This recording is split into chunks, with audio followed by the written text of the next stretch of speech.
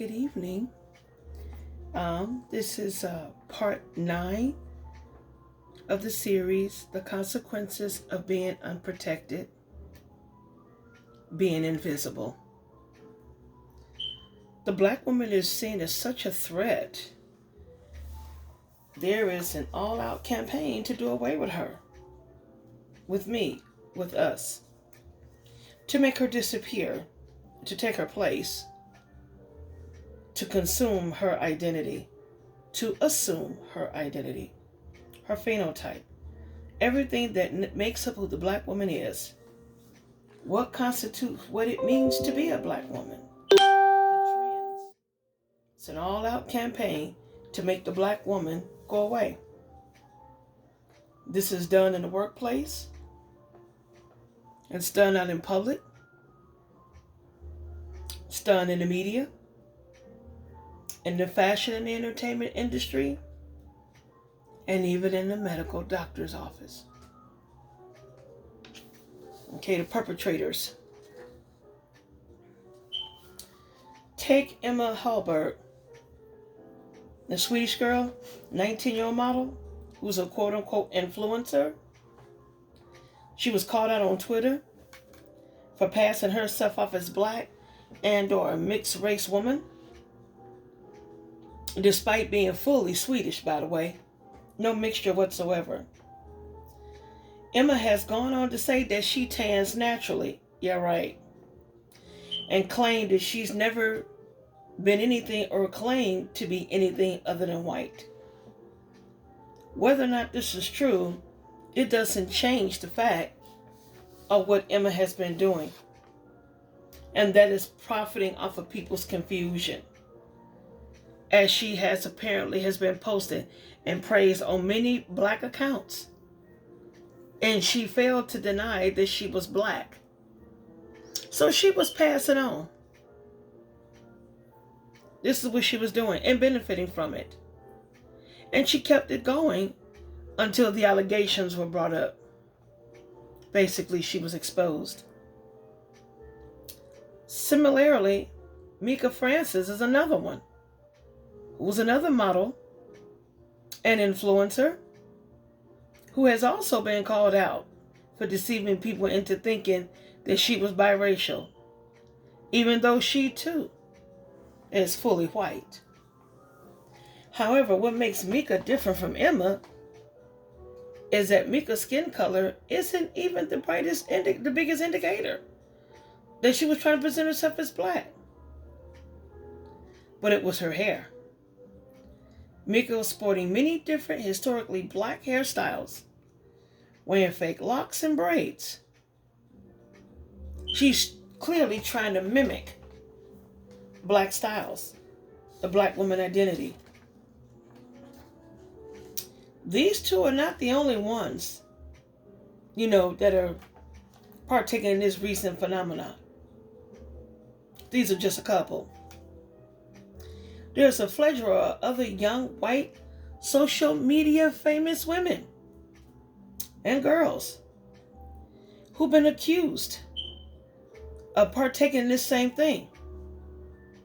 It also extends to celebrities. Case in point, Ariana Grande. Yeah, I remember when she got called out. Self then darkened her skin. Have been doing it for over the years and emulating through music style and speaking habits. All is in the essence of racial ambiguity. That's what she's been doing. So let's just call it what it is, trying to be a black woman. And she was doing this as well, like the other two, also despite being white. It's just like the Kardashians. You see them like Kylie Jenner and Khloe getting these lip injections, all of them really. They do it the way to contour their face, like a black woman. We've also seen Rachel Dolezal, who's a white woman, who clearly, fully masqueraded and claimed to be black for years. She did this for years before she was exposed by her parents. She got exposed in 2016. Her parents exposed her, photographs and all. She about white as they come. Now, even though there wasn't a name for what Dolezal was doing back then, with the more recent incidences, and this practice, this phenomenon, has caused the internet to come up with naming, giving a title to this new practice, this new phenomenon, this new trend. Blackfishing. That's what it's called. Blackfishing or inward fishing. While blackfishing is viewed as a new phenomenon, there is nothing new about it at all. It is not new.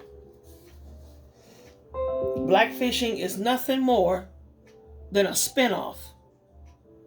This is a straight up spinoff of blackface, which was around and in full force and swing from the 19th century. From the minstrel and the vaudeville acts, all the shows that was depicting white performers, in the theaters during the Jim Crow era, according to Medium.com, History.com, and other sources. But this is nothing new, nevertheless. So we have been dealing with this here. And even though Rachel Dolezal has been called out for being black, got exposed, she still continues to do it.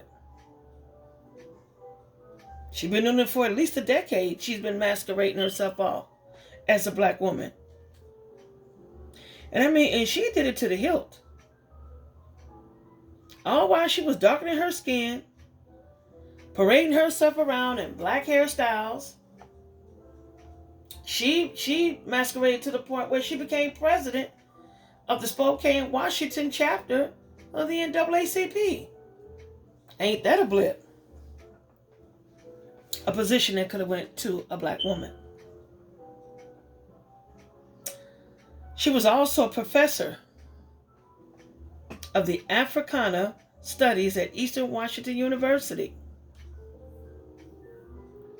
That should have been a position for a black woman. Who better to tell our studies, our story, than history, than us? Should have been a position for a black woman.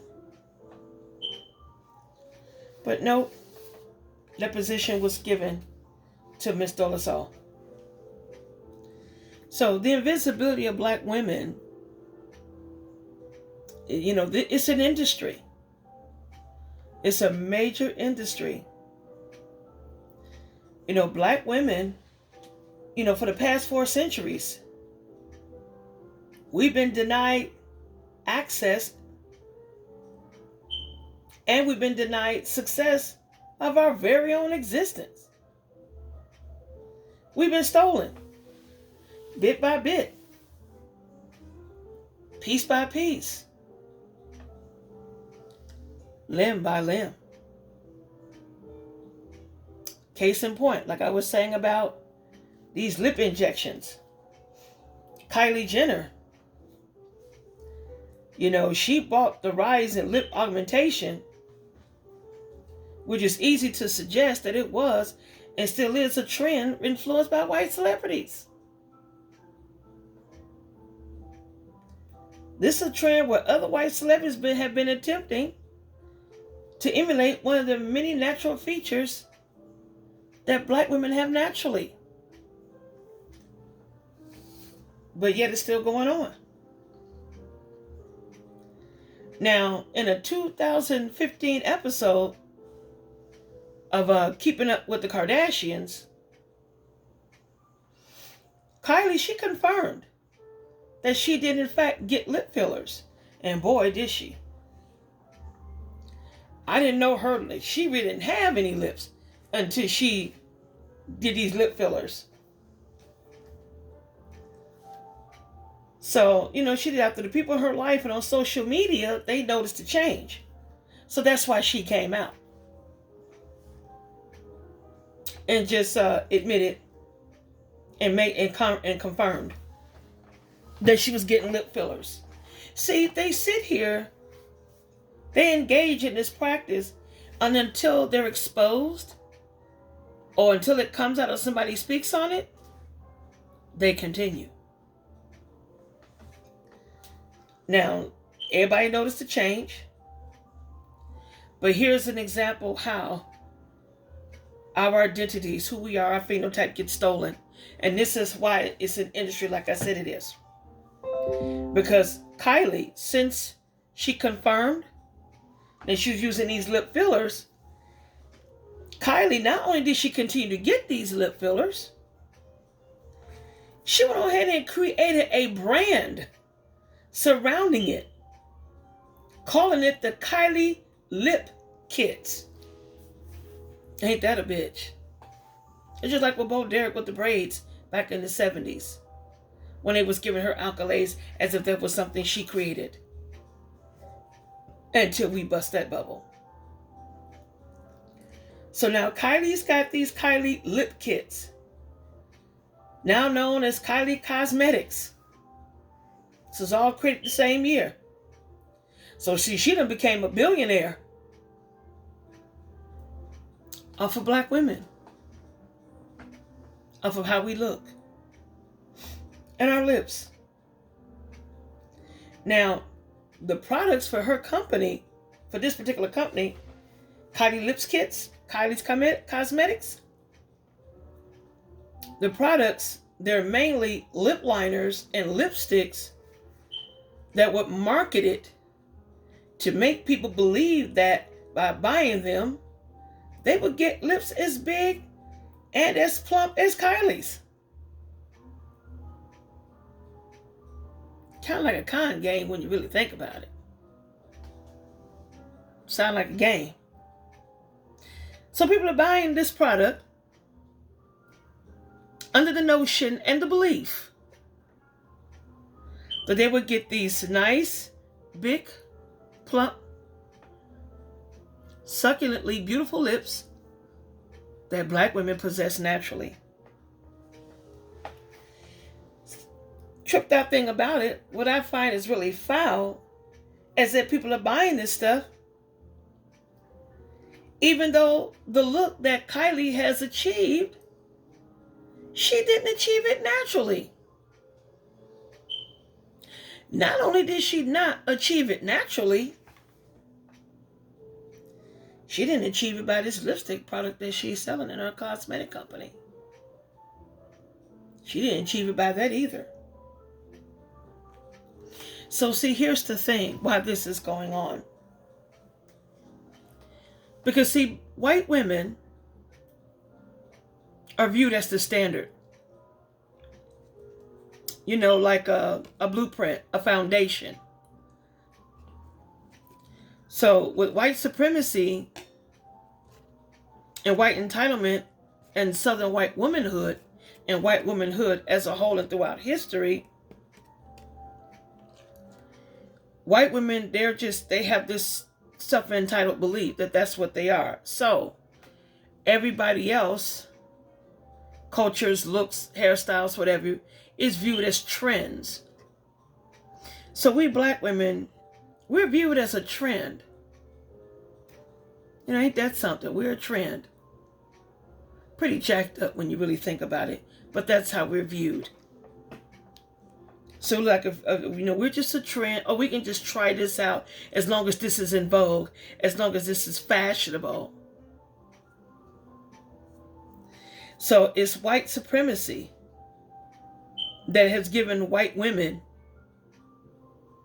who have and continue to maintain their sense of entitlement, or should I say white entitlement. You know, that they're the foundation. You know, their white privilege and power. It allows them to swing the blade of such power to continue to rape and rob us of culture, beauty, and identity. As long as this continues to happen, and as long as white supremacy, white power, and privilege and entitlement is still in full effect, which gives such power to wield that such blade, not only will this continue, ladies, but don't count on it ending anytime soon. So if you like this video, please like and subscribe. Have a great day, or shall I say, have a great evening. Good night.